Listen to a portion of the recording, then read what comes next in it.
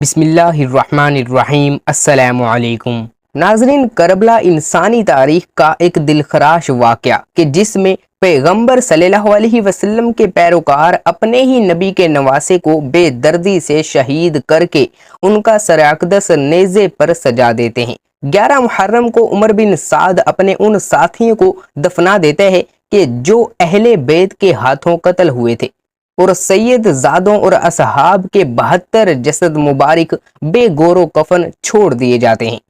ناظرین، یزیدی لشکر امام علی مقام اور ان کے 72 ساتھیوں کے سر مبارک آپس میں بانٹ لیتے ہیں، اور اہل بیت کی شہزادیوں کو قیدی بنا کر یہ قافلہ عمر بن سعد اور شمر لعین کی نگرانی میں کوفہ کی جانب سفر شروع کر دیتا ہے۔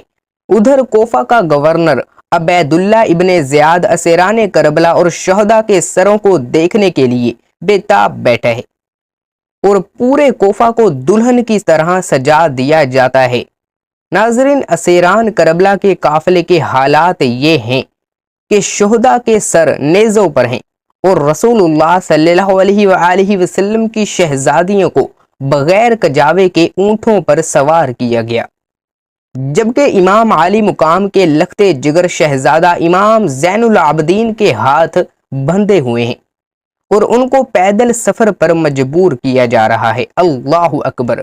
حضرت زین العابدین بیماری سے نڈھال ہیں اور تھوڑے سے سفر میں ہی تھک جاتے ہیں اور جگہ جگہ رک کر سانس لیتے ہیں، لیکن شمر ملعون کوڑا مارتا ہے اور چلتے رہنے کا حکم صادر کرتا ہے۔ ادھر دوسری طرف جہاں کربلا میں لاشیں بکھری پڑی ہیں، 13 محرم کو وہاں قبیلہ بنو اسد کی عورتیں دریائے فرات سے پانی بھرنے آتی ہیں، تو لاشیں دیکھ کر ان کی چیخیں نکل جاتی ہیں، اپنے مردوں کو بلا کر لاتی ہیں اور تمام جسد مبارک کو ایک گھوڑا سوار شخص کی ہدایات کے مطابق دفنایا جاتا ہے۔ ناظرین، اسیران کربلا کا قافلہ کوفہ کی جانب رواں دواں ہے۔ یزیدی سپاہیوں نے سستانے کے لیے قافلے کو راستے میں روکا۔ یہاں تاریخ طبری میں امام طبری اور البدایہ والنہایہ میں علامہ ابن کثیر لکھتے ہیں کہ یزیدی فوج شراب میں مست تھی، جس وجہ سے ایک سپاہی عنان بن جید نواسہ رسول اللہ صلی اللہ علیہ وسلم کی بیوی حضرت رباب کی طرف بدمستی میں بڑھا تو شیر خدا کی شیر بیٹی حضرت زینب سلام اللہ علیہ نے قریبی کھڑے دوسرے سپاہی کی تلوار کھینچ کر پہلے عنان بن جید کا بڑھتا ہوا ہاتھ کاٹا، پھر اس کی گردن اڑا دی۔ اس واقعے کے بعد کافی دیر تک لشکر میں خاموشی چھائی، پھر حضرت زینب نے وہاں پر اہل بیت کی عظمت کے بارے میں خطبہ ارشاد فرمایا۔ امام طبری روایت کرتے ہیں کہ ابن سعد نے خولی کے ہاتھ امام علی مقام کا سر اقدس ابن زیاد کے دربار میں بھیجا۔ خولی جب کوفہ پہنچا تو رات کا وقت تھا، اس لیے وہ سر مبارک کو اپنے گھر لے گیا اور ایک برتن میں ڈھانپ دیا۔ سر مبارک کو دیکھ کر اس کی بیوی نوار سخت ناراض ہوئی کہ یہ تم نے کیا ظلم کر دیا ہے۔ وہ بیان کرتی ہیں کہ خدا کی قسم میں نے دیکھا کہ ایک نور برابر آسمان سے اس برتن تک ستون کی مانند چمک رہا ہے، اور میں نے سفید پرندے دیکھے جو برتن کے ارد گرد منڈلا رہے تھے۔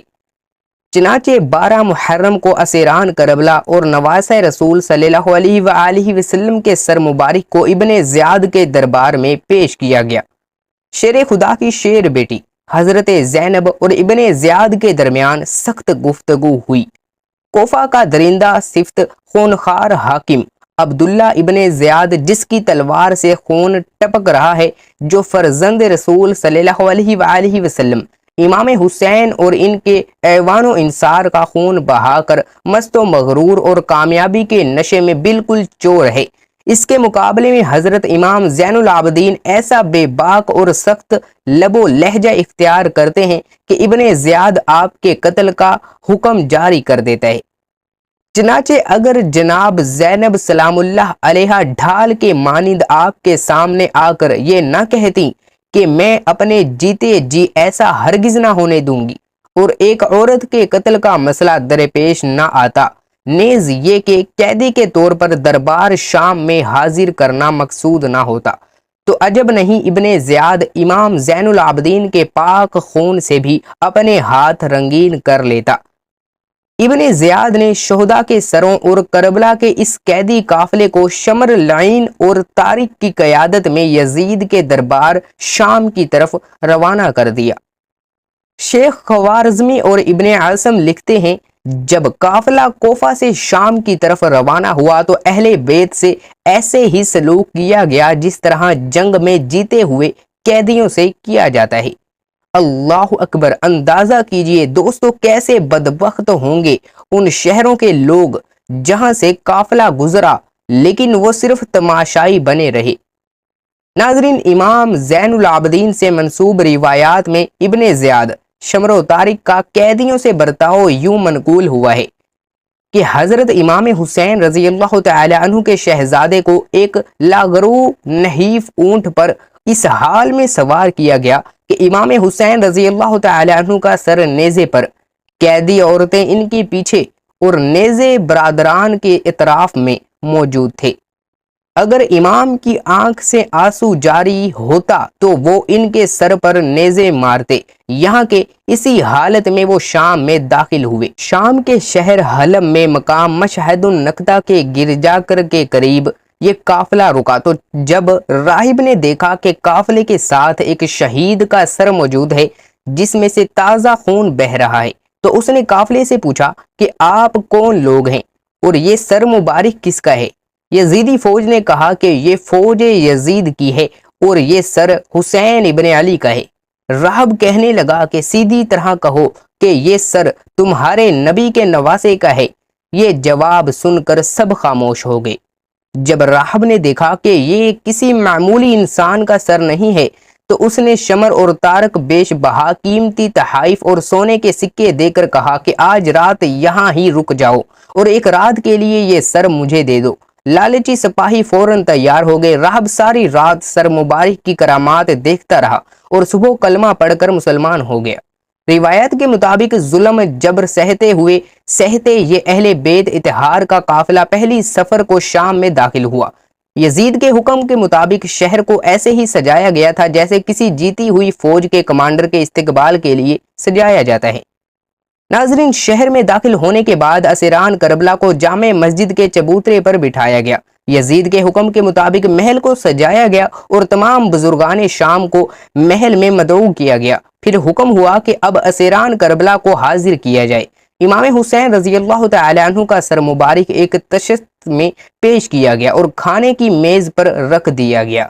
یزید اپنے اصحاب کے ساتھ شطرنج کھیلنے لگا اور جیسے ہی بازی جیتتا اور جام نوشی کرتا اور باقی بچا ہوا جام تشت پر گرا دیتا۔ دربار میں موجود مروان بن حکم کے بھائی یحییٰ بن حکم اور صحابی رسول صلی اللہ علیہ وسلم ابو برزہ اسلمی نے جب یزید کی ان حرکتوں پر اعتراض کیا تو یزید نے ان دونوں کو ذلیل و خوار کر کے اپنے دربار سے نکال دیا۔ اسی طرح شام میں چاہے وہ یزید کا دربار ہو یا مسجد میں لوگوں کا بے پناہ ہجوم بڑے ہی واضح الفاظ میں دشمن کی سازشوں سے پردہ اٹھا کر حقائق کا برملا اظہار کرتے رہتے ہیں۔ چنانچہ حضرت زین العابدین کے ان تمام خطبوں اور تقریروں میں اہل بیت کی حقانیت اور موجودہ حکومت کے جرائم اور ظلم و زیادتی کا پردہ چاک کرتے ہوئے نہایت ہی تلخ اور درشتے لب و لہجے میں غافلونہ آگاہ عوام کو جھنجھوڑنے اور بیدار کرنے کی کوشش کی گئی، لیکن یہ بے ضمیر لوگ اپنے آپ کو بیچ چکے تھے۔ ان پر حضرت امام زین العابدین اور حضرت زینب کے خطبات کا کوئی خاطر خواہ فائدہ نہ ہوا۔ سبھی کی مائیں بہنیں اپنے اپنے گھروں میں تھیں، جبکہ حضور صلی اللہ علیہ وآلہ وسلم کے نواسے کی بیویاں، بہنیں اور بیٹیاں قیدی بنے دربار میں موجود ہیں۔ اللہ اکبر! کیوں نہ وہاں موجود لوگوں کے دل پھٹ پڑے۔ اللہ اکبر!